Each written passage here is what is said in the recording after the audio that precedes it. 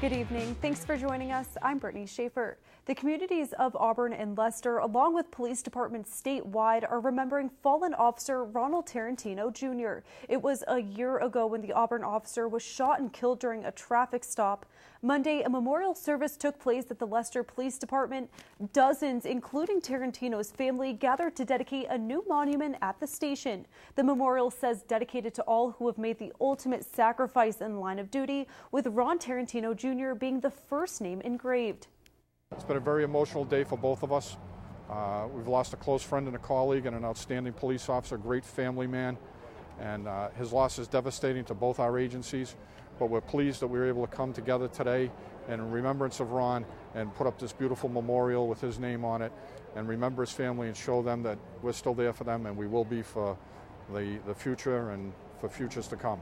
It's just a great tribute to Ron and Ron's family, and it's a constant reminder that people don't forget. People have been phenomenal for the past year. They've showed such support and grace towards the members of the Auburn and the Leicester Police Departments. People really, truly do care. In Leicester for 7 years before joining the Auburn Police Department. Since his murder, there's been an outpouring of support for the Tarentino family and the Auburn Police Department. Our Roslyn Flaherty has more on the impact the tragedy has had in Auburn as well as statewide. A makeshift memorial still stands near the scene where Auburn police officer Ronald Tarentino Jr. was killed a year ago Monday. The memories of that night are still fresh in most of our minds. Auburn Fire Captain Justin Brigham was one of the first responders at the scene. He says the call was their worst nightmare. Certainly the reports that we initially received, we knew we were going for something serious. Officer Tarentino was murdered during a traffic stop on Rochdale Street on May 22, 2016. State Representative Paul Frost lives on the same street and says it was a very surreal moment. You just woke up the next morning and you were numb. Frost says he and local lawmakers drafted a bill upgrading the charge of assault and battery on a police officer causing injury to a felony. When something like that happens and it goes to court, judges and clerks and so forth can, understand that, hey, listen, the intent of the legislature is if somebody wants to start beating up police officers, that's a very dangerous situation. He says the bill was filed last June and had to be refiled in January after receiving some pushback. Those are both in committee, the Committee on Judiciary, Joint Committee on Judiciary, awaiting a public hearing. And once that happens, we'll go from there with the process. Frost says the outpouring of support for the Tarentino family and the Auburn Police Department in the year since the officer's death has been overwhelming. The town of Auburn won't forget, they haven't forgotten, they'll always remember, and they will be there for the Tarentino family. Roslyn Flaherty, Worcester News Tonight. The search is on for the driver who struck a 3-year-old boy in Worcester and then left the scene. Police say it happened just before 8 p.m. on Sunday on Bellevue Street. Witnesses say the driver hit the child, stopped on his legs, and then backed up. When they tried getting his attention, the driver took off. The child is expected to be okay. Police say the driver was in a 1994 Blue Mercury Marquis with Massachusetts license plates 5NN395. Anyone with any information is asked to call Worcester Police. A Worcester man who was assaulted and robbed on Mount Pleasant Street has died from his injuries. Worcester police say the victim, 40-year-old Day High, was walking to his car early last week when he was struck in the head multiple times. The suspect took something from his pocket and then fled the scene on Mount Pleasant Street. Police say shortly after, another group stole his keys and removed several items from his car before walking away. 2 suspects have been arrested in the case. Police say they are still looking for the person who assaulted them. It was heinous not only because of the robbery, which someone snuck up behind him and struck him in the back of the head, then went through his pockets when he was knocked to the ground, but also because the separate group came up to him and instead of calling the police, they went through his pockets and took things from him, opened up his car and took things from his car. So who knows what could have happened if they called the police when they first arrived. His death is the city's 2nd homicide of the year. Worcester City Councilor Michael Gaffney is looking into the possibility of taking $3.5 million from a city fund and giving it back to the taxpayers. Gaffney has been an advocate for tax cuts since he gained his seat as city councilor 2 terms ago. He says residents who work hard for their money should be able to keep more of it.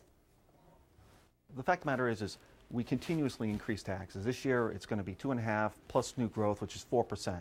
Amazing thing has happened, however. Number one, last cycle we did get a tax cut, and a lot of my fellow councilors voted for me on it.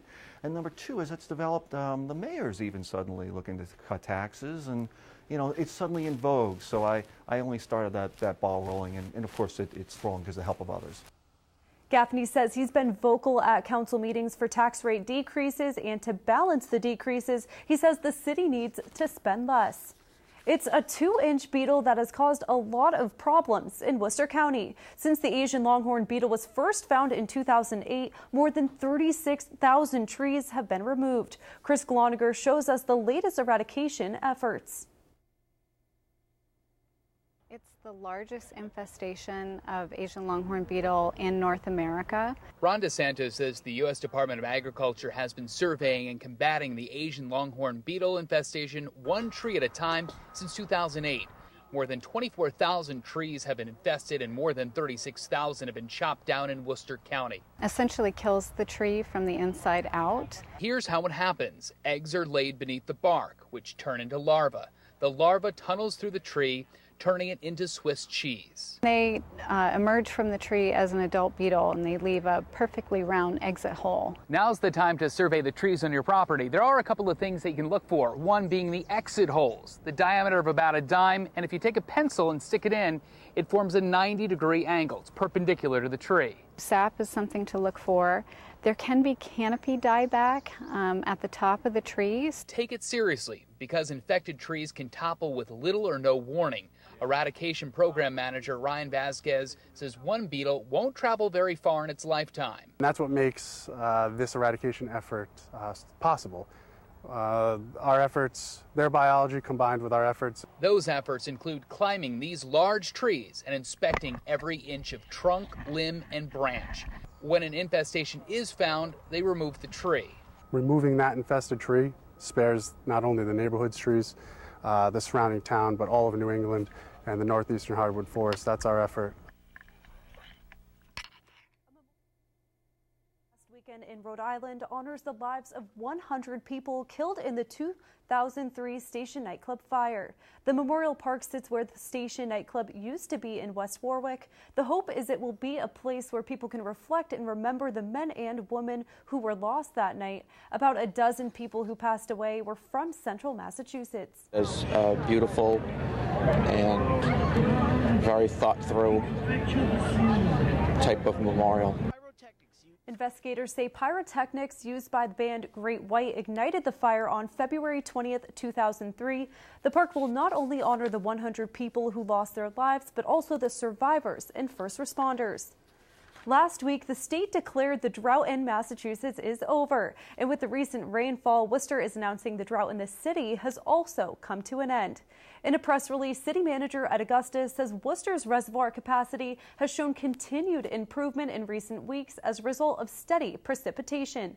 Reservoir system reached an overall capacity of 96.3% on May 1st, slightly below the normal for May 1st average of 100%. Augustus is encouraging residents to continue to conserve water as we move into spring and summer months.